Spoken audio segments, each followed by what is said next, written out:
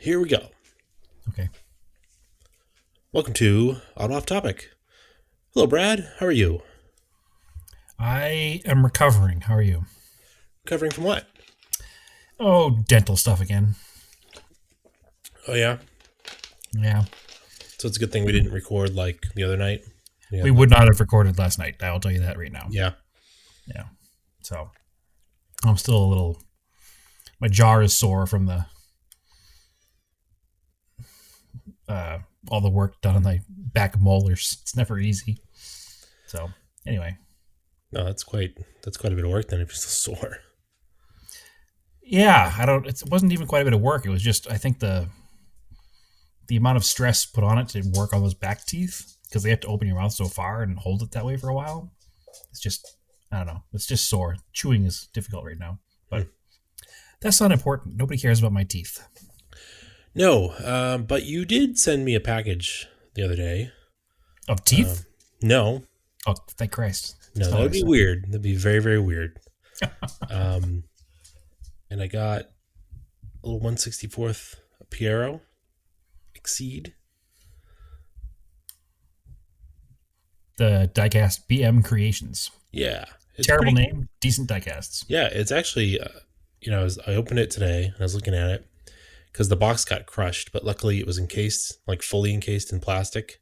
Mm-hmm. So it was fine.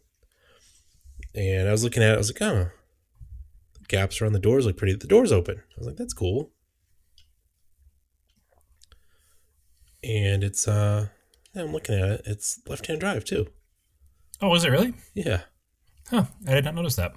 Nope. And it came with different size tires. Yeah, spare set of tires. Yeah. Like a scale set of, what do you say, 32s, 33s? Like 31s, 32s, it looks like. So I put them on. Because it does so look as better. I said, you didn't need to lift it to put them on. I didn't need to lift it. So anybody asks if you want to lift if you want to put 32s on your 1/64 scale Montero, you do not need a lift. It's funny because it does have the little rear axle does flex on the two little trailing arms, and the front trailing arms move. Yeah. Wow, that's intense. I mean, it's just a Hot Wheels size car. I didn't think it was. I didn't open out the package. I just assumed it was a solid chassis because I have a same scale second gen Pajero Montero, but it's by Tomica and it's not. It does not move. It's just regular solid straight axle mounted hard. The front's got a little suspension to it too. Neat. Very neat. The paint's really nice. It's a cool little. These are like. I'm really into these true scale 1/64ths now. You really turned me on to them. So the BM Creations, which is a terrible name, but anyway, I would say they're one level below a Tomica or an Inno or a Tarmac. Yeah, they're very nice, but they're not quite as perfectly scale, because they do have things like opening doors, and it makes the door gap look a little bit bigger than that probably normally would be if it didn't have opening doors. But they add additional parts to every one they sell to make them as appealing as the higher end ones. Like that one came with the larger tires. They have most of their cars. They come with posable suspension, so you can keep it stock height, or you can lower it, or you can go all crazy camber on them. And some of them even come with a second set of wheels. So neat. They're pretty neat, and they're building some weird cars that nobody else has. Like the second gen Montero has been done by Tomica as well. But they're doing like a Suzuki Swift from the early 90s, like the Geo Metro. Oh, yeah. But they're doing one of those in 1/64th. They just came out with an Evo 7, which doesn't exist anywhere else other than a not-to-scale Hot Wheels. So it's neat stuff. I'm into them. I haven't bought one for myself yet, so I'll keep an eye on them. I know they do a Suzuki Jimmy, the new style Jimmy. Yeah, that looks kind of cool. Yeah, I may pick one of those up. We'll see. And then I had you pick up from your buddy, the Toy Pimp there, a flat body Starion. Yes. From Team Rally Art Australia. It's the Macau car. Yeah, it's part of. Did you see on the back of the package? It's got a little leg of the racetrack. Maternity Bend, huh? Yep. So if you collected every car from the set, which some of them are race cars that we don't care about, so we're not going to, you could display the boxes backwards, and it would display the track map. Oh, And he stacked all the back boxes together. Interesting. Yep, pretty neat. It's like a 6-car set or an 8-car set of Yeah, that's cars a that really ran different nice. years in Macau. That's a really nice car. Yeah, it's super nice. It's well worth the 20-25 bucks whatever they cost. Like Hmm. they are beautifully done die casts. So beautifully done die casts. And speaking of flat body Starions, we might as well get into what you've been doing to yours. Well, we talked about it last week. I was mid pulling things apart. I don't remember how far along I was last time we talked. I I don't think I think had you just had broken the. free. Yeah, I don't think you had the tank out of the car yet. Yeah, I had broken free all the very old rusty bolts um, without much drama. Like it wasn't. I don't want to say it was easy, but there wasn't any drama. Nothing broke. Nothing stripped. Um, Surprisingly, because I mean, you saw the bottom of that car last time we had it on the lift. Oh yeah. I did not expect the bolts to come off as easy as they did. I almost feared that this would be a situation where like the tank didn't come down and I'd wind up just running a cheap fuel cell on the trunk for a while. Like that's Hmm. what I assumed might happen, but the tank came off. It's only held in by 3, 6, 8 bolts. So they're the studs that come off the car, and the nuts go onto the studs. Yeah. So there's only 8 of them: 3 in the front, 3 in the back, and 1 on each side. Um, and yeah, they all came off. Um, had I pulled the trailer hitch off last time we talked? Yeah, I think so. So the trailer hitch turned out to be the only part holding the car together. That's what you didn't cover. You didn't talk about Yeah. how the trailer hitch was the only thing holding the bumper on. So this is I don't know where it came from trailer hitch. Yes. It fits very well. It works very well. I've used it in the past. It mounts from the rear subframe, has a big bolt coming out of the bottom of it. Right. And so it mounts there, and it's a straight bar that goes all the way back to the bumper beam. And then there are a crossbar on the bumper beam, and there's 4 bolts that bolt it to the bumper beam. So it's bolted to the rear rear subframe and the bumper beam, and that's it. Right. So when I unbolted it, I was, there to catch it to make sure this big heavy chunk of metal didn't land on my head. Um, Thankfully, it didn't.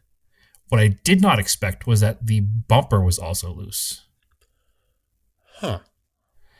So I've never taken the back bumper off this car. I've had the car almost completely stripped, but never had the back bumper off. I know Yeah. for a fact I've never had the back bumper off because I have the pictures of the car from the day I took out the back of the car, interior, and the taillights and everything out till today, and the bumper's never off the car. I Mm-mm. would remember taking this bumper off because I've never taken this trailer hitch off, and the trailer hitch was mounted to the bumper beam. Exactly.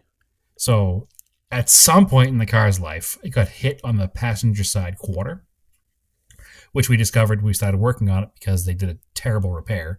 And once you saw inside the quarter panel, you could see the wrinkled metal and all the holes they drilled for the dent puller. The old school method before they had like a stud welder. So I am under the assumption that when that car got in an accident in like 1988, That's what it sounds like.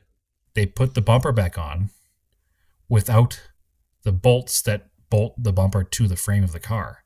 So the entire time I've owned the car, the bumper has just been supported by this little class 1 trailer hitch. Yeah, and that means so like the idea of this was that it was bolted to the subframe and then bolted to the bumper beam, which was bolted to the car, Mm-hmm. and that's how you put all the force of towing something through it. But really, it was just bolted to that one bolt in the subframe. Which means when I was actually towing with it, Yeah. I was literally towing my trailer with 1 bolt holding to the car, Right. which is scary as hell. It was just a little motorcycle trailer. It wasn't very heavy, no, it's thankfully. And the other thing is the way the car is designed, the reinforcement bar doesn't bolt flush against the outside of the car. It actually, the frame rails are hollow, as they are in all cars. And it has these 2 stanchions that go into the frame rails, and then it bolts up from the bottom of the frame rail. So at least it was slotted into the frame rail, so it also couldn't go left or right. So it was pretty fairly solidly mounted. It's just it was strange that I was expecting the trailer hitch to fall, and I was ready to catch it, and then the bumper made a large move towards myself, who was laying under the car. Um, and it's not a lightweight bumper, so thankfully it did not land on me and cut me in half. You know, with its rusty edges. So I did live, but the bumper is now off the car and the tank is now out of the car. Um, as we talked about before, the whole reason to pull a tank out was to find out why it was leaking gas. Um, and it was holes on top of the tank. Now, definitely confirmed. There's a low spot on the tank where the, um, yeah, you know the part I'm talking about. Fuel pump, where it goes in, the pickup, Not the fuel pump, yeah, the pickup. sending unit. Sending unit, thank you. So there's a low spot in the tank where the sending unit goes in. It's like a round cap on the sending unit, like traditionally, and then around that is a round relief in the tank where it's just a low spot for the rest of the tank. And obviously, over the almost 40 years of the car's life, that has filled up with Whoa, gunk. whoa, whoa! Hey now, car's an Yeah, '84, so am yeah, I. It's not almost yeah. 40. It's 37 years, Andrew. Yeah, I don't want to. I give me don't want to break time. it to you. I don't want to break it to you, but it's almost 40. I mean, you're closer to 40 than I am, so I'll be 40 in double-digit days, which is scary. But um, yeah, now you got me all off guard here. Um, the car was probably built. Actually, I know for a fact the car was built in late 80 in 83. okay. So that makes it 38 years old, which is that much closer to 40. I can at 38 you can round up to 40 Oof. when it comes to anything that's not an age. Also, you're almost 40. So this almost 40-year-old car, predictably, living in New England for its 37.6 years, had a lot of rust, as we talked about, and that relief or the lower section in the tank had filled up with gunk and salt and dirt and mud and sand and mouse nests and all the things that can build up in a crevasse in a car over time, especially in the bottom of the car, in an area you can't wash. Had eaten away the metal from the outside in. And there were a couple of spots where it was fairly like a pukey consistency of the metal. And I could push on it and it would move. So I pushed on it a little bit and I broke away all the free floating rust. I didn't drop it in the tank. I kind of like peeled it back from the top so I didn't fill the tank with rust. Because looking inside the tank, it doesn't have a lot of rust in it somehow. I must have always had fuel in it, even when it was sitting for years, which is a positive thing. Does not need a new tank just to make the car run and drive. So I got it all out of the car. It's on the ground. And then we have had the craziest week of weather here in Phoenix. It has not been very Phoenix-like this week. I don't know how much you want to talk about weather, but it snowed in Scottsdale Saturday, which I don't know if everybody knows how far Scottsdale is, but it abuts Phoenix. The apartment that I moved into when I first moved here with Naomi a couple of years ago was on like the border of Scottsdale and Phoenix. So it snowed in Scottsdale, which is pretty crazy.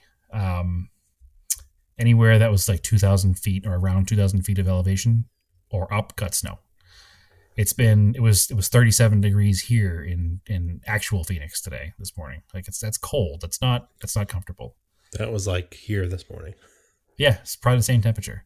And we've talked about it before, that dry air that saves you when it's 120 does the opposite when it's 37. It makes 37 feel like, 20. It's quite cold. So, and it's been raining every day all week long, which is, again, not normal for Phoenix. So the tank is under the car, covered, but I can't bring it in the house and work on it because it's full of gas and that's gross. And I can't bring it in the garage because I'm not putting the cars that are in the garage outside because we've had hailstorms and stuff as well all week long. So I'm just kind of like waiting for the right day to fix this tank. Our friend Andy suggested this product called Tank Weld. Yeah, it's a JB It's a Weld type specialty thing. product by JB Weld. I've never used it before. It seems fairly simple. It was like $8. and you can fix the tank from the outside without welding and all that stuff. Which obviously, if I can avoid welding a fuel tank, I will, because that means I don't have to empty it out and make sure it's all inert and all that stuff. I can just gum it up. And this is not the permanent tank for the car. This is a tank just to make the car run as is until I do the whole chassis swap. So I have that JB Weld tank weld, and hopefully by next podcast we'll get a break in the weather, and I can go ahead and put that on there. We can get the car back together. Sounds like it would work. I don't see why it won't. I mean, it's on top of the tank, which is a bonus because it's not going to have gas like weighing down on it. It's the top of the tank. Then just don't overfill the car. Yeah, it's only going to overflow when it overfills, and that's what happened. Was I overfilled the car, and all of the fuel that was up in like the filler neck, because the tank was so full, had to drain out of the car. Which, if you look at the filler neck, it's at least somewhere between, I don't know, it's probably about a half gallon between the filler neck and the top part of that tank. So a half a gallon of fuel on the ground. A polar seltzer bottle worth of fuel. It's bigger than a liter. It's bigger than a liter. But anyway, a polar seltzer bottle's worth of fuel on the ground seems like a lot. It is a lot. Because it spreads out and it makes a giant mess. So when it was pouring out of the car, I thought for sure like something was really, really wrong, which is why I thought that the hose going into the tank was probably the problem because of how much fuel came out of it. But it wasn't. It's just these two small pinholes. One's, maybe a centimeter, and one's like 3 centimeters, and that's it. So hopefully we'll be back together and we'll go from there. But then I just got to take care of the radiator, and the car should run and drive no problem. Cool. Life is good. How about warranty car updates? Instead of calling that a project car. Well, the project was communicating with the dealership. So that was the project. The Volkswagen. When we last left off, where were we? It needed a new turbo. It needed a new EGR and a new DPF, right? And like there was a broken bolt. There were broken bolts. It had already been there for like 2 weeks, 2.5 weeks. Well, yesterday was 3 days shy of a month. And I got a phone call the car was done. So I went down to pick it up, and I asked them to tell me specifically what exactly had been done. And they really couldn't. Now, this is obviously concerning because it's my car, and I'd like to know, what the final repair was. I apologize. I'm trying to find the paperwork in front of me right It's really weird because I remember working at a dealership as both a warranty administrator and at one point as a service advisor and doing all kinds of parts, as a parts guy for such a long time. You typically have to write on the work order all the parts down. It may usually when you flip if it's like Reynolds and Reynolds, you flip the job line code to W for warranty, and then it hides all the prices. Yes, which it is Reynolds and Reynolds. I recognize the invoice. But then it still itemizes all the parts that went into it, and then you still have to. The service writer has to write a story for it, because when it comes time for warranty, if it's just like car was broken, replace part, warranty, Volkswagen is going to be like, no, we can't pay that because we don't know what was wrong with it. I'm going to go ahead and paraphrase a little bit of this for you. Okay. I'm going to read the parts list. It is 26 lines, but I'll leave out all the ones that just say bolt, seal, or gasket. Okay. So 26 lines minus bolt, seals, and gaskets. We have cover, pipe, pipe, pipe. Weird. Yeah, those are the parts. I do have part numbers. I could probably look them up if I got ambitious. So those are the parts that were replaced. Cover, pipe, pipe, pipe. And everything else is gaskets, seals, washers, bolts, etc. So here's what's confusing me. This might be boring. This might be interesting. I'm not sure, but we're gonna do a quick paraphrase here of my service report. Um, so remember, the car came in for a PO 401 and a P 2028 or something like that. Should say there So on the line. PO 401 and P 240F. So exhaust gas recirculation flow, exhaust gas recirculation slow response, efficiency below threshold. So flow insufficient detected, exhaust after treatment fuel supply control. Tech performed test plans provided in scan tool to DPF system. Test plan concluded to replace DPF due to soot accumulation.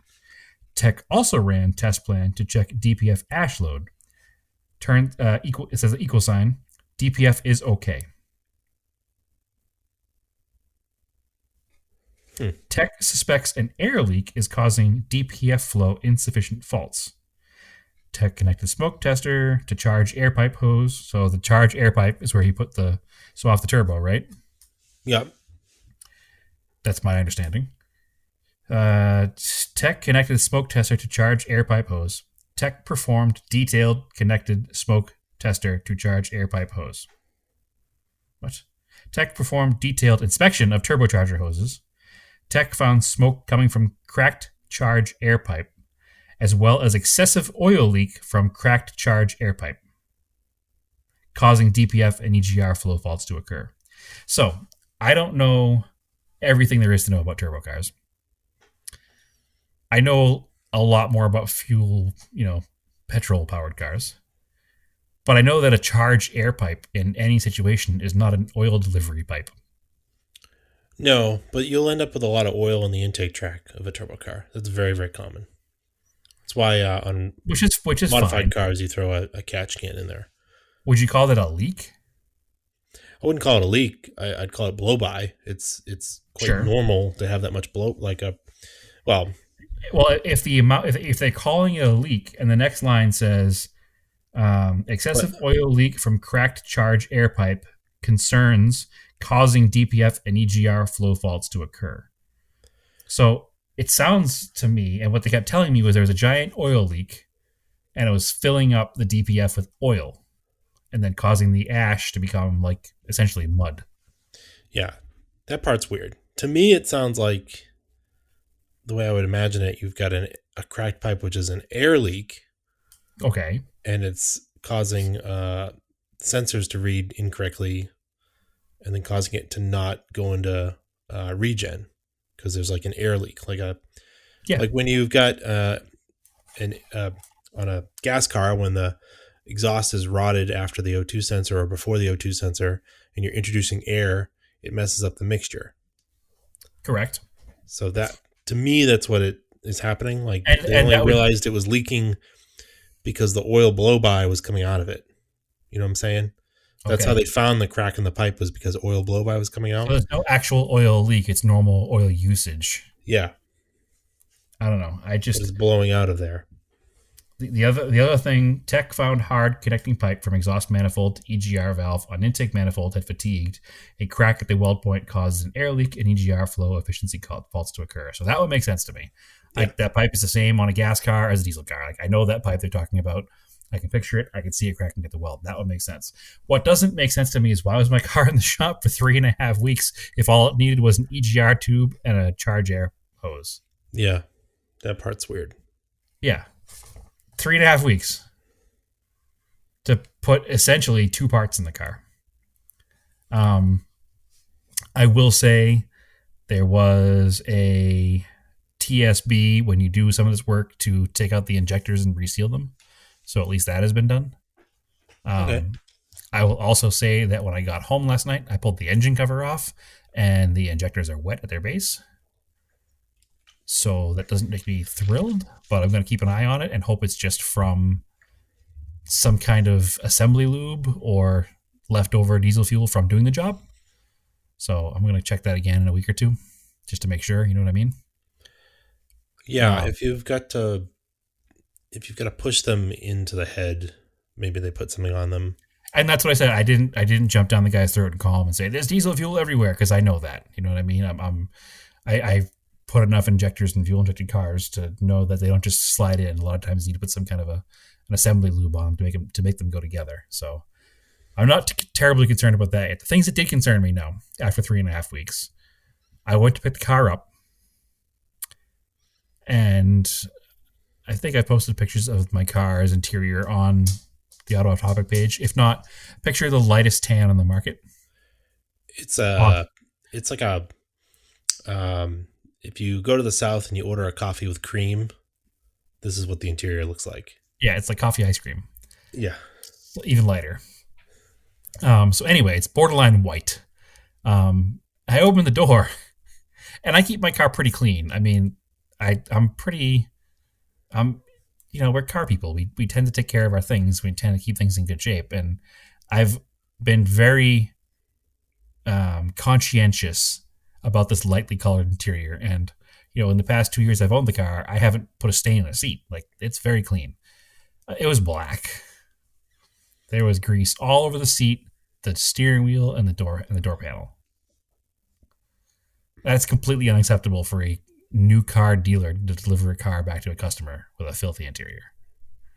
Yeah. I don't have any excuse for the person that did that. That means that it got through the tech, and then it was washed. The outside of the car was washed, so whoever washed the car got in and out of the car. It was washed poorly, but it was washed. And possibly the service writer. All these people should have seen this, and none of them did. Anyway, service writer acted like he was very upset, so I'll give him the benefit of the doubt that he was very upset. It was taken care of, not a big deal. Drove the car home, and that's when I opened the hood just to kind of do a general check around. And the first thing I noticed was I could see the ground. Yeah. And I know for a fact that when you open the hood in this car, you cannot see the ground. It has giant underbelly covers that cover everything, and they're missing. I think it's 2 pieces from the front bumper all the way back. So I immediately, the service writer made the mistake of calling me on his cell phone the other day when their phones were coming to the dealership. So I immediately texted him and sent him pictures of the vast nothingness of space where something should be there. And he eventually texted me back well after hours and said, "I'm sorry, we'll figure it out in the morning." So thankfully, they found the part. He went to the tech, and she said that it was in her bay. She couldn't remember which TDI it came out of, but thinks it was probably the red one, which is mine. Okay. So I guess that's where we're at. So I have to go back to the dealership at some point to have my under trace put back on, but it's an inconvenience, especially this crazy work week that I'm in the middle of, but I'll get it done eventually. So car's back in my name, in my hands, in my driveway. 3 days from Arizona lemon law. Yeah. Because if I didn't get it back after a month, I was definitely putting in the paperwork because I don't need to be without a car for a month. And I think you mentioned it too. It's like it stings a little bit more when you're paying for something that's just not here. Yeah, exactly. So, but it is what it is. I am thankful I have a diesel warranty. I know that with 70 something thousand miles, there could start to be some issues. So I have the diesel warranty till 150, and I just know that next time I need warranty work, I'll be finding a new Volkswagen dealer in town. Yeah, I guess. Because that's, as you know, I can't. There is nothing in my mind that tells me this was a 3.5 week job. No. If they took the car in, scheduled properly, diagnosed it one day, took it apart and broke the bolt a week ago, and it took them a week after getting it in, and it took them a week and a half to get it back, I might not think too much about it. But 3.5 weeks is a long time for 3 pipes and a hose. I'm a little upset. That's all there is to it. I'm not gonna lie. I mean, I didn't pay anything. It's warranty, but at the end of the day, I bought the car. You gave me the warranty. It's a factory warranty. It's not like some aftermarket warranty. Like, there's no issue with billing. Just fix my car and get it back. Right. And the other problem I had the whole time was the communication was horrible. But that's par for the course for dealerships nowadays, it seems. And then if the parts were back ordered, they could have just told you they were back ordered. Absolutely, but I don't think they were. I just That's the think that thing. it was my car was low priority. It was a pain in the butt because they broke the bolt in the back, the manifolds in the back. So they broke the bolt on the back of the cylinder head, and it leans in towards the firewall. So it's probably a nightmare to reach, and they just didn't want to do it. I mean, you got a warranty claims that are gravy trains sitting there, or you can spend all day trying to fix this 2013 diesel Volkswagen that, by all rights, should be well out of warranty. Hmm. So I think that's where the problem lies. But whatever. Bad experience. I still love the car. Um, I'll try a different Volkswagen dealer next time and hope for the best. And who knows? Maybe I won't have any more warranty work. But I've heard stories of 85, 90K on turbos. So we'll see what happens. All right. Well, speaking of weird customer service things, I talked about last time I was buying a G20, I think. Mm-hmm. You did So bring it up almost in passing. yeah, so I bought a '96 G20. It's got 106,000 miles on it. It's pretty low considering the year. Yeah, it's 5 speed. Our buddy Chris found it down on the South Shore. I guess during the summer he ran into the original owner at like BJ's. Noticed what a cool '90s car it was. Talked the guy up. Then he happened to run into him a few days later, getting a sticker on his RX-7. Chris has an RX-7. Guy was Right. getting a sticker on this G20 in July. And I guess Chris talked to him about it. Said, "Hey, if you ever want to sell it, let me know." A few months go by. Chris forgot. Guy called him up. "Hey, I'm ready to sell the car." And Chris is like, "What?" so so Chris ended up with his car. I didn't know what to do with it. I was like, maybe, and then I decided I wanted it because I worked at the kudos to dealership. kudos to Chris though for sticking true to his word. Yeah, yeah. Um, so I got it from Chris. Threw in some tune-up parts with it, but it's like an hour away from the house. I didn't want to tow it because the car ran and drive. It had a sticker on it in July. It wasn't like a junker. Right. So, and plus I know Chris and he's cool. So he let me, I bought it from him, got the paperwork, let me keep it in his car for a week, For keep it those at for his those house who for a don't week. for those who don't know Chris is the same person who I bought both the Cressida and the Sapporo from. Yes. If you've been to Radwood, he has the blue Delica. Yep. So it's COVID times now. You're trying to register a car, and in Mass, they've never had temp tags ever. So I'm looking up how to register this car, and it goes. You can drop stuff off, like interesting, and do all the paperwork. So I went through Hagerty, got my insurance through it, my form and everything, and then I found there's all different RMVs, but only a couple of them are doing the drop offs. The closest one that does drop off is in Haverhill, which is the next town over from where you used to live. Absolutely. I Um, do like that registry though because it's it's small. not where you think it is anymore. It's not in the basement of town hall. Nope, it's over by the old Building 19 Plaza. It's Oh, in you know that what? plaza. I did go there once. I did go there once because I will never forget that traumatic experience. Because when you walk in, there is I would say like 8 foot by 8 foot entryway building. Like you walk in a door, and then you're like an 8 foot by 8 foot door, and there's another door when you first Yeah. walk in.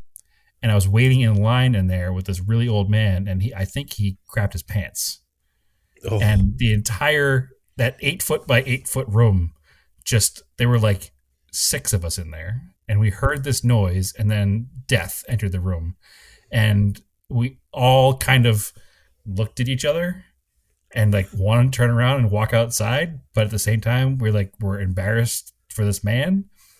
But then he started chuckling quietly to himself, oh, and none of us really knew what to do, so I just went outside. But I will weird. forever remember that room now because I almost was asphyxiated in there by some old man's incontinence. Well, all right. So here I am with my paperwork. I'm like, all right, cool. I could just drop it off. It says drop it off with the security guard, and then in like 4 days, We'll email you. You pay for it, and you can print a temp tag and a temp registration, which is crazy to me that they're going to allow you to print temp tags in Yeah. Massachusetts. Yeah. Mass has been staunchly opposed to that since the dawn of time. So I'm like, cool. So I go there, and the security guard, very nice. She's like, yeah, but you got to scan the QR code here to get your number because you have to go inside. I'm like, really? Well, that defeats the entire purpose. So I waited for like an hour, go inside. And you know why I had to do this? Because they have to check your paperwork. Because the lady's like, well, you're the first one today that has all your paperwork filled out correctly. I'm like, oh. She's like, so I will take this and we'll process it in a couple hours. You'll get an email later today. This is on a Friday. You're like, I didn't realize, she's like, you didn't realize that, talking to Andrew here. I'm expert car racer. I've done it a lot. I do this too many times. Yeah. So a couple hours later, yep, I get the email, print my temp tag. I go down the next day, Saturday, pick the car up from Chris, drive it back home. Oh, that's the other thing. So they also give you a plastic sleeve at the registry to put the paper plate in. So you don't wind up with that situation that I had where I was driving down the road with my Arizona temp tag and blew off in the wind. Yeah. So it's self-adhesive too, so it sticks to where the plate goes. Yeah. So I'm like, and then it says in the email, yeah, you'll get your plate in like a week in the mail. I'm like, cool. So go down Saturday morning, pick it up, drive it back home. I'll get to the way it drives afterwards, but get all the way back home, come in the house, and as I'm coming in the house, I check the mailbox. This is now Saturday afternoon. My hard plates are in the mailbox. So like 20 hours later. I'm like, why didn't they just give me the plates at the registry? In the grand scheme of the Registry of Massachusetts, that has got to be some kind of a record. I think there are people who went in before temp tags who waited at the registry for 20 hours for their plate. Yeah. I don't think that's anything that would ever happen in the past. What confuses me about this whole situation is you went to the registry, they handed you a paper plate, they sent you on your way, and then immediately took the metal plate that must have been in their back room and put it in the mail and mailed it to you. No. I left. They sent me an email. I completed the transaction by paying for it on the internet. Okay. And then I logged into my account on the RMV website and was allowed to print my temp tag. So the only thing they've changed is you didn't have to touch the credit card machine. Yeah. What a waste of time. And then they had to spend whatever it costs, $2 or whatever, to mail you your hard plates. Yeah, I don't know. What a waste of time. But I really want them to can we just keep temp tags for like 3 days or a week to like move a car? Because that would be so much easier. Yeah, so basically you have temp tags, but they're not really temp tags. They're permanent tags that you just put on ahead of getting your temp tag. No, it has a different plate number. It has a TP, temporary plate, and then a different number. And it says on it, temporary plate. What a waste of time. This is a terrible. This is a typical Massachusetts RMV system. I don't understand. Yeah. I love that here in Arizona, I can buy a car, go online, log into my account, pay $1, and print out a plate and drive it home. Yeah, I could have waited till Saturday afternoon, not gotten all in a huff because my printer ran out of ink and I had to get ink. Yeah. It cost you another $49.99 to print this out, and then I would have just had the hard plates. It's like what a comedic situation. This is the whole. I'm not gonna be. We're not gonna be political here, but there is some ridiculous stuff that has happened during this. That's just like stupid bureaucratic stuff. Yeah. It's like that whole outdoor dining. We're gonna turn outdoor dining into an indoor dining. Like. What are we talking about right now? Why are we jumping through these hoops to do this stuff just slightly different? It doesn't make any sense at all. Yeah, it's either all open or it's enclosed. Yeah. It doesn't. Yeah. It's definitely better if it's all open. 100%. Close it in. I'm not questioning it, but winter time in New England, they're taking this outdoor dining and they're building indoor dining out of it, and it's just like an extension on every building. I don't even understand the difference anymore. I don't know. That's a whole other topic for a whole different podcast. That's not for us, obviously. But all right. So back to the car. It's a similar situation. Like it's something that they changed just a little, under the guise of making things safer, when in reality they haven't taken out any steps that require you to not be near somebody else. I mean, I like the idea of using my phone to get the ticket number, and then I can just wait outside. I don't have to wait inside the place. Like that was pretty good. I should Sure. just do that all the time. Yeah, I want that all the time. Exactly. All right. Anyway, driving the car. So yeah, it was registered. Recently it was inspected in July. So I don't think the guy ever. Chris agreed with this. I don't think the guy ever really drove it on the highway. So I drove it home on the highway. Did 70, 75 just fine. A little vibration. I think the tires were either chopped or it was cold out. Maybe they flat spotted from sitting, even though we filled them back up because they were all low by 10 pounds just from the cold weather. Yeah, it could be said the temperature change. And they're kind of old. It could use some fresh tires. But drove pretty well. I got to check the steering. Feels a little weird. Maybe the power steering fluid seemed a little low when I checked it. Car had plenty of oil, plenty of coolant. Definitely needs an oil change. He threw in some tune-up parts. I went on Rock Auto, got some more tune-up parts because it had a valve cover gasket leak, or it has a valve cover gasket leak. Needed a new battery. It was dead when I originally looked at it. We had to jump it. So I just, right off the bat, just got a battery for it. Not to mess around with it. But it's a neat car. These are Nissan Premiers in Japan. It's not the same as the Sentra. It's got Yeah, a that seems to be multi-link. whatever Yeah, you think. The yeah. Sentra SER is the same car, which I thought too, actually. No, chassis is totally different. Engine is similar. It's an SR20. I don't know the difference in the specs because I feel like in SCR is like 170 horsepower or something, maybe. Not sure. I would have to look it up.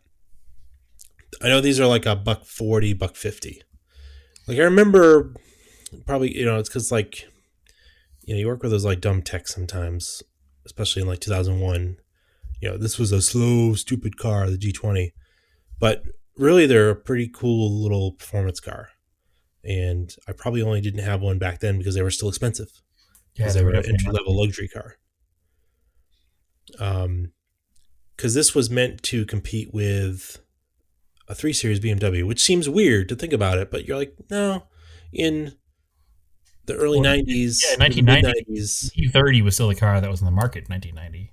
Yeah, what did E30 go to? 93, 92, 92. 93. Yeah, something like that. Then you had an E40, E36. And aside from an M3, what did they have? 150, 160 horsepower Yeah, out of that straight even six? even even the E30 M3 only had 160 or something like that. Yeah. So they weren't spectacularly fast cars at the time. So this was like a little personal luxury sedan.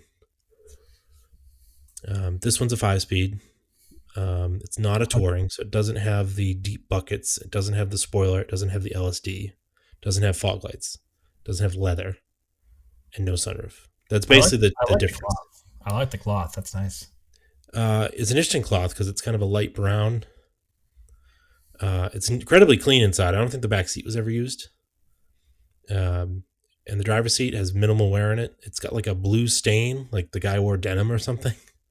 That's weird. I'll have to try to take care of it. And then right at the like 7 o'clock position on the steering wheel, it's completely worn through the leather. Like that's just where he held it all the time. But the rest of the wheel is in great shape. So Okay. I think you can get leather skins for them. And I'm going to look into restitching one. I've never done that type of project. So I might test this on the Montero first because that wheel was so bad I cut the leather off. Because a lot of these videos on YouTube for doing this just put the leather wrap over the original wrap. It makes it like super. I think that would be weird. It would be too thick. Yeah. So I might experiment by trying it on the Montero first because it's already been removed and see how it looks. A little practice first. Yeah. So that would be a neat little project. But one of the first things I'm going to look into is the ABS light is on. And it's funny because the guy just put black tape over it. So you can see it from like a certain angle. And I was able to find the factory service manuals in PDF form. and there is a way to take a jumper cable and jump the little diagnostic connector and make the ABS light flash for you and give you the code. So hopefully it's something simple. Hopefully it's not an ABS sensor, because those are surprisingly expensive. Like all the other tune-up parts were like super cheap. Like I was like, because I had looked at the air filter, and the air filter was like good, but then I went on Rock Auto and a Denso air filter was $5, and I was like, oh, I'll just put a new air filter in it. Yeah, you might as well start everything you can fresh. Belts are like $10 each. Yeah, 2 belts. So yeah, but the ABS sensors are almost $400 for aftermarket ones. For all of them together, or for one? No, for one. Whoa. That's really strange. I'm hoping that's not why he never fixed the ABS. Well, my guess would probably be, and this is obviously just a guess, he went to somewhere to get it fixed, and they said this part is $400 plus $400 in labor, and he said, yeah, go pound, and I'll put tape over it. That's possible too. I mean, I was also reading, the nice thing about having the factory service manuals is it usually gives you a description of how the part works, right? What the stuff is looking for as far as parameters for triggering the light, right? And as I was reading it, I was like, okay, charge air pipes. Yeah, I was reading it. I was like, oh, okay. So it could be like, it could just be the fuse that goes to it. It could be one of the relays to it is bad. I'm like, all right, cool. So I'll get it to flash.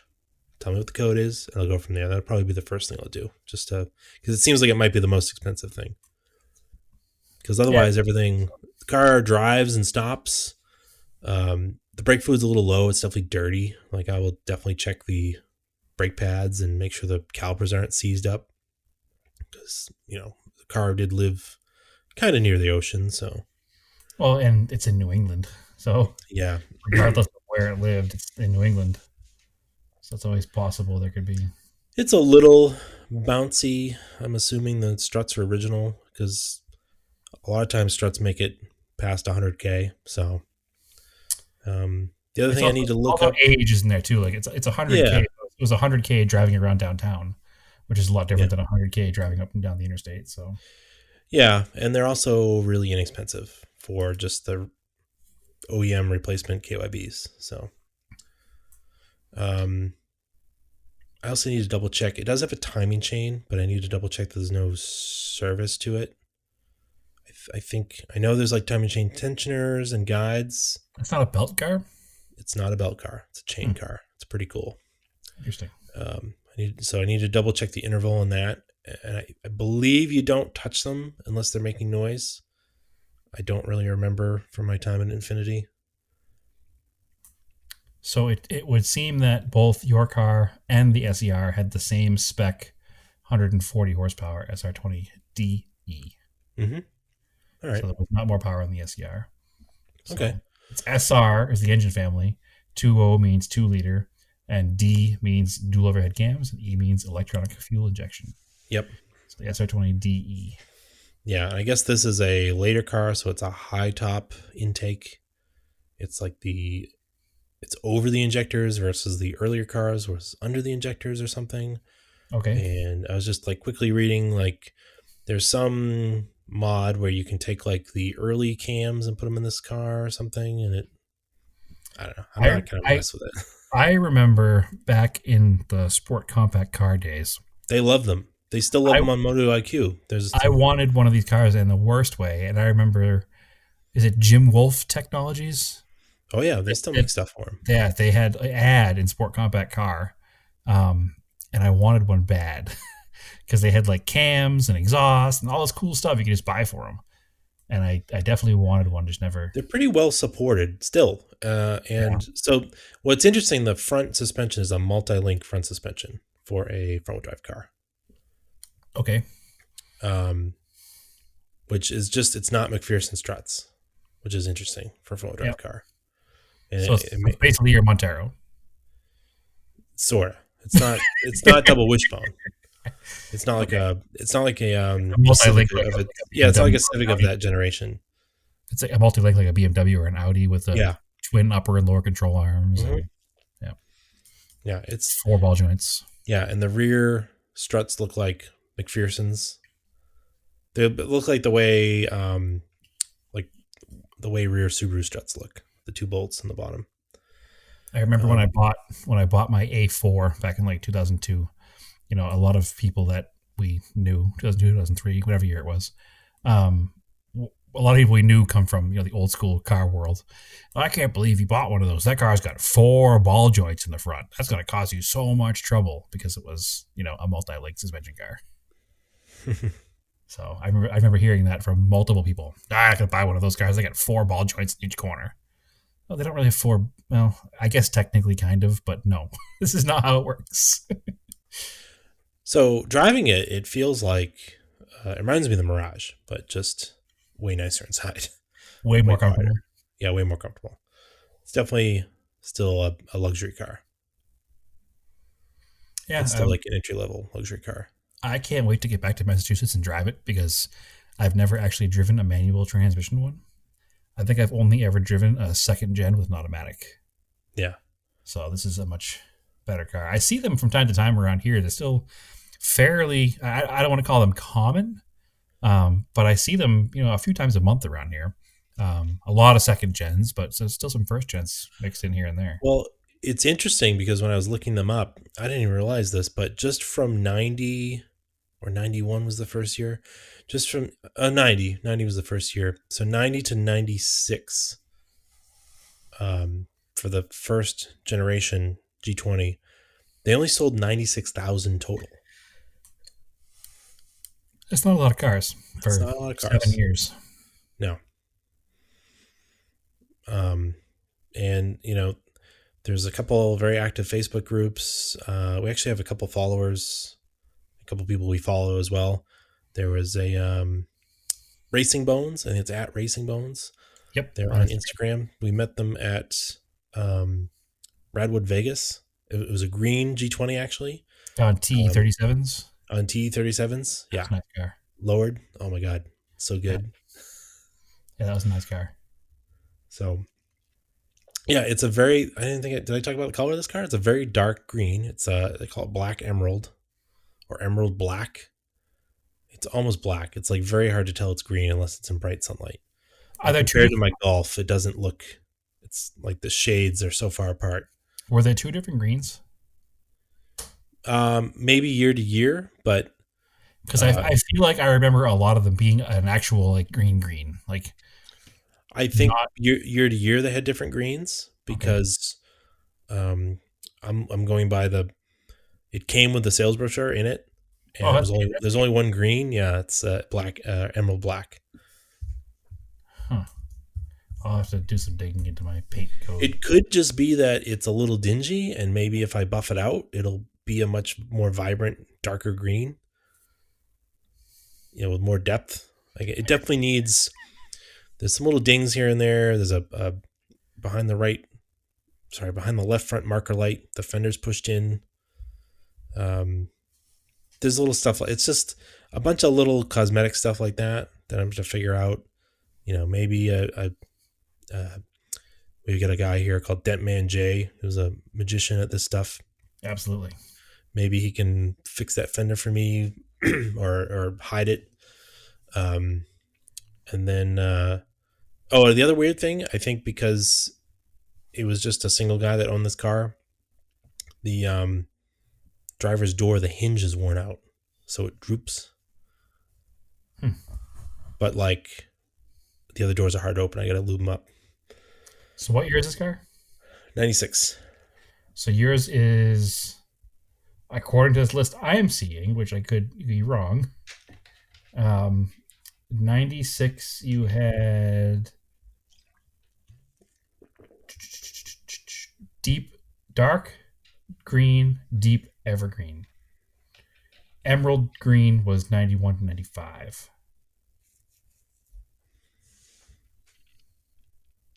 So, maybe this is a 95. That's what it is. Okay. I keep confusing with 95, 96. This is 95. Okay, so 95 years is black emerald, dark green pearl. But there was also forest green slate pearl, and dark green deep evergreen. Those are probably colors that I'm thinking of. Because the car I'm picturing in my brain is not as black as yours is. When I saw those pictures you posted, I was surprised how dark the color was. I'll send you a picture of the brochure because there's only one green in it. Interesting. I've always liked these cars, and they've always been like sort of on my radar, but not quite there. You know what I mean? Yeah, I keep calling it a 96. It's definitely a 95 though. Okay, then that makes sense. But they're pretty much all the same. The big difference was they went from having auto belts to dual airbags, manual belts. So this car has dual airbags. Okay. That's such a weird thing too. Like, what do you want more or less? Like, I love a non-airbag steering wheel, but I also don't like auto belts. Right. So which one do you choose? I think I'd probably live with the auto belts and keep the non-airbag steering wheel. And then it's got I'm trying to think. I guess I'll have to go to the dealer for that hinge. I don't know where else to get it. And then what do you like? I don't want it to be this big brass hinge or cadmium plated hinge that's in there. So can I buy that a can of color match spray paint from that auto body place and paint it? Is that Yeah, absolutely. It's not going to be like it's side of the car and you got to worry about blending the paint together. It's going to be fine. All right. Honestly, even if you painted it black, it would probably nobody'd even ever notice.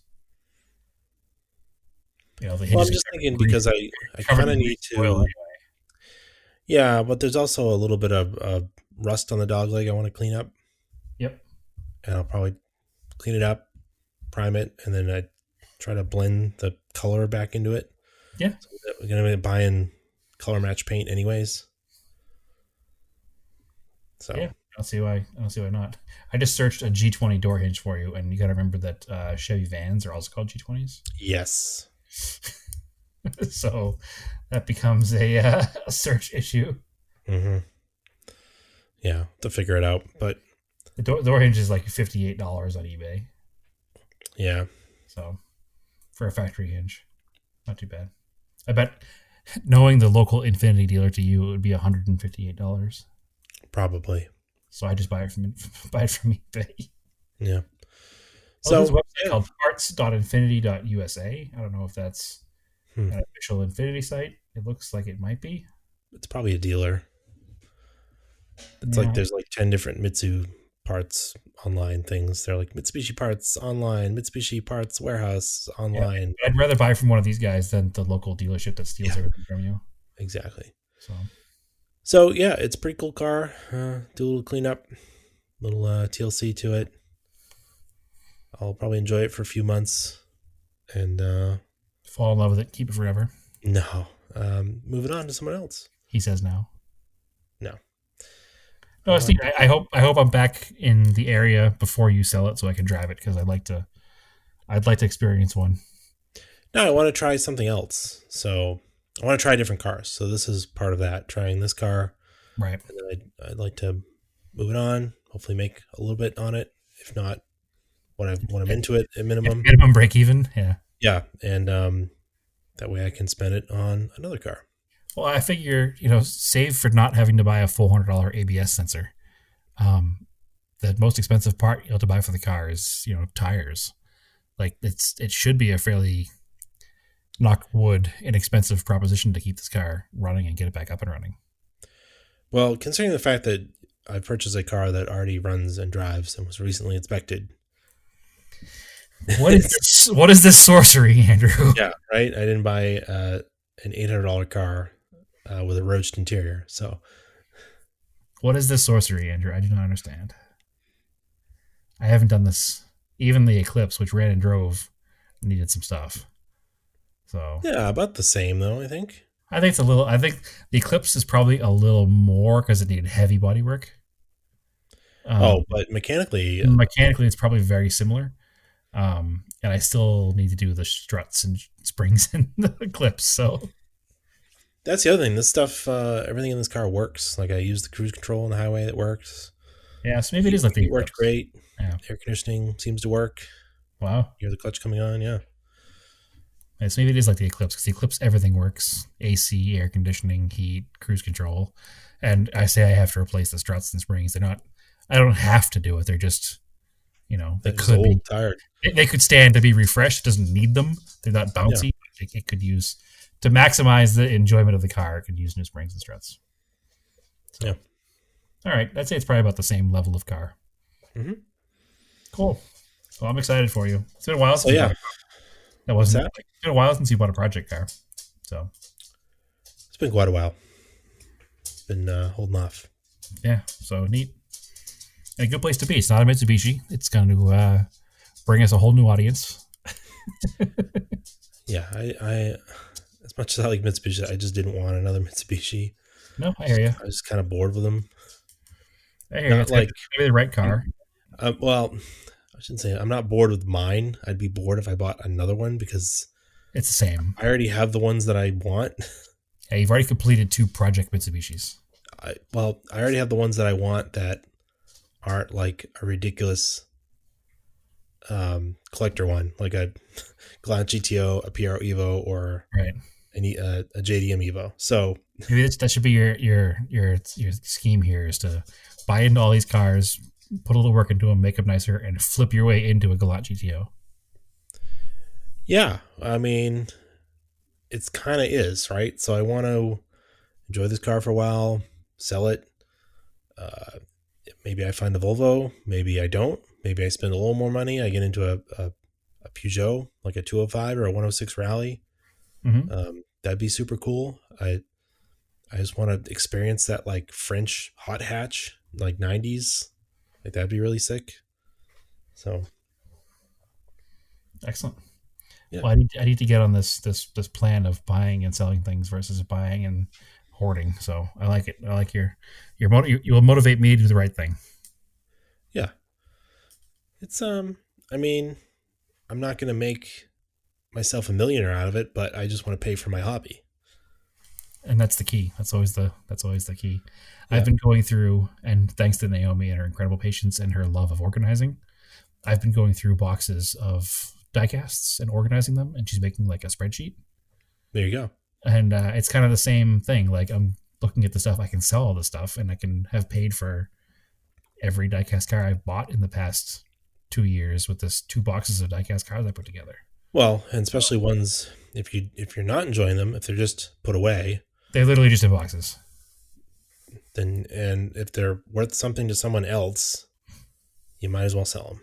Yeah, I put together 2 paper boxes, like WB Mason reams of paper boxes Yeah. of 1/64th Hot Wheels cars. Yeah. And going off of the low sold prices on eBay, each box is $1,000 worth of cars. Yeah. That's Crazy to think about it that way. you might as well. I Yeah. mean, Yeah, that's $2,000 towards real cars exactly. for stuff I've had for a long time. Stuff you invested $1 in. $1 to 5 tops. Yeah. Yeah, we're probably talking maybe a $300 investment So speaking of over years. flipping your way into new cars, Okay, that's the ultimate flip. flipping diecast cars into real cars. Yeah. Yeah, absolutely. Well, the timing works out perfectly, and part of the reason for it is I've talked about it a couple times. I'm in talks to buy back my Cressida still, and it's not a lot of money to the grand scheme of the world, but it's the most money I will have ever spent on a non-daily driven car. So it's frightening me a little bit. It's about what I sold the car for, so I guess technically it's a break even, but it's not really because that was so long ago. I've never like laid out more than, I mean, what's the most expensive car I ever bought, Andrew? $3,500, I don't know. I think. Other than my daily car, like if I financed Volkswagen or my financed Evo, like as far as a normal car goes, I don't think I ever spent more than that. So for a fun car, so it's definitely a bit of uncharted territory for me. It's definitely nice buying a enthusiast car that is not immediately a pile of junk that you have to fix up. Yeah, I have enough of those. currently. So Like, I get it. I've done it. I don't have a taste to do it again for a while. right. Like, not to You say I won't ever do it again, but I don't have, just you don't have don't the want space. to. You don't have the space. And listen, I I don't have the totally get time. that. Yeah, I'm currently wrapped up in way too much work. I have that Starion we keep talking about, which is going to be eventually that's going to be a project and a half. Because I'm going to transfer every part in the car to a new car. I have that old Toyota pickup back here that I'm like hemming and hawing on what to do with it now because now it has been sitting, which is the one thing I said I wasn't going to do, and it's just like, what do I do? So it all becomes a question. The ultimate, like, the same thing we talk about all the time, like what is important and what's not important, and how do you decide what's important and what's not important. So every dime I spend in the Toyota is a dime I don't spend somewhere else. But anyway, unimportant right now. This car's all this podcast is all about your new happy purchase. Yeah. All right, cool. Anything else? I think not, sir. No, I think we're. Oh, actually, yes. We Ooh. need to thank Daniel from Wasabi Cars. Oh yeah. Oh yes. He made a video about a Mitsubishi Lancer, Yes. which is the generation of the Lancer known here as the Colt, same as my 78. And he did something he doesn't normally do, and he actually tagged us in the video, and he put our logo up, and he talked about us, and told everybody that watches this video to come listen to us. So that's awesome. We love his Wasabi Cars videos. I watch them all the time. I was stoked to see that he did one on a Lancer. It wasn't even sent to me yet. I watched it when I got the notification and saw that he put us in it. And I was like, oh, sweet. So awesome. Wasabi Cars on Facebook, Wasabi Cars on Instagram, and Wasabi Cars on YouTube. YouTube is his big thing. He's an Australian living in Japan, so he goes to all the cool Japanese events that you wish you could go to, and talks about them, and talks to the owners of the cars, and talks about the cars, and does quick little videos on each car at these cool shows in Japan. So give Wasabi Cars a follow. He's a good dude, and he's got great content. Cool. Yeah. We like Daniel. Daniel likes us. Support those. No. Yes. No, it's a cool channel. Yep. All right. So as always, you can follow us Auto Off Topic Podcast on Facebook, Auto Off Topic on Twitter, Auto Off Topic on Instagram. You can follow me on Instagram, Erased in Anger. Got some pictures of the G20 on there. And Brad, where can they find you? They can find me on Instagram at TSISS350. And Andrew, you should probably put some pictures of the G20 also on our Auto Off Topic page as well. Oh, yeah, I can do that. Yep. You can share the stories. I actually did on my Diecast Daily end of last week, I did a Primera race car just in celebration of you buying your G20. I do. That's a good looking race car. Yeah. All right. Cool. So as always, keep cars analog and aim for those.